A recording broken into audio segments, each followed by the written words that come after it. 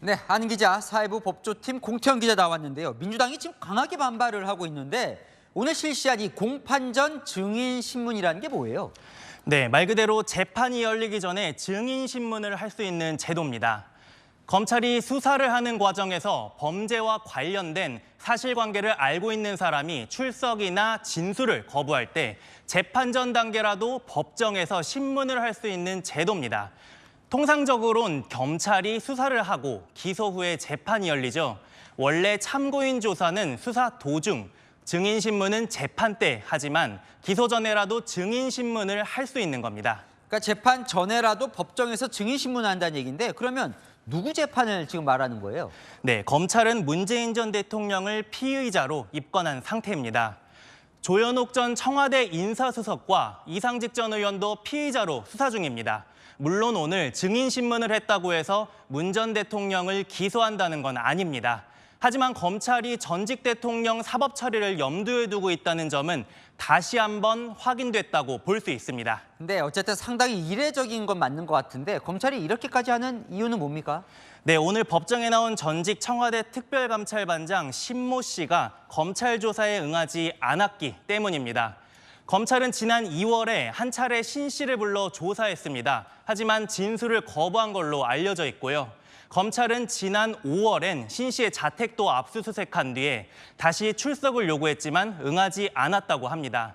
신 씨는 오늘 재판에서 정식 소환 통보를 받은 적이 없다고 주장했습니다. 근데 민주당은 왜 이걸 망신주기라고 지금 반발을 하는 거예요? 네, 민주당은 검찰이 피의 사실을 공개하려는 의도가 있다고 비판을 했습니다.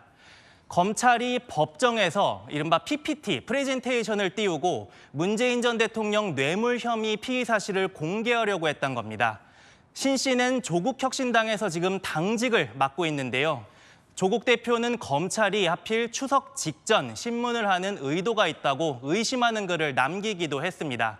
다만 신 씨 소환은 검찰 신청을 받아준 법원이 결정했습니다.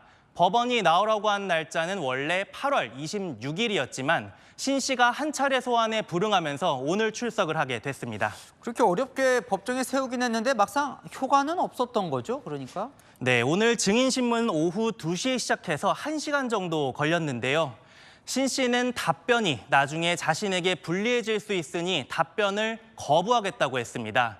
검찰은 문 전 대통령과의 관계나 이상직 전 의원 연락 경위 등을 캐물었지만 신 씨는 70차례 이상 증언을 거부했습니다.